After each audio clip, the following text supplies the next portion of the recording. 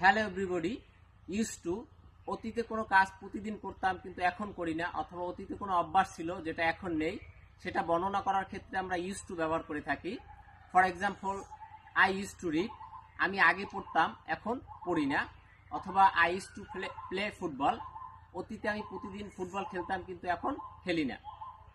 Feel like two আমরা তখনই ব্যবহার করব যখন আমাদের মনের কোনো ইচ্ছা অথবা অনুভব সেটা প্রকাশ করার ক্ষেত্রে আমরা ফিল লাইক টু ব্যবহার করে থাকি।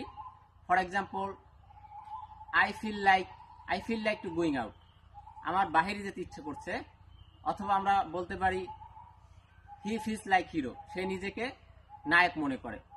অর্থাৎ যখন অতীতে কোনো কাজ করতাম কিন্তু এখন করি না, অথবা অতীতে কোনো অভ্যাস ছিল যেটা এখন নেই, সেটা বর্ণনা করার ক্ষেত্রে আমরা ইউজ টু ব্যবহার করে থাকি। আর ফিল লাইক টু আমরা তখনই ব্যবহার করব যখন নিজের কোনো মনের ইচ্ছা অথবা অনুভব প্রকাশ করব, তখন আমরা ফিল লাইক টু ব্যবহার করব। Thank you.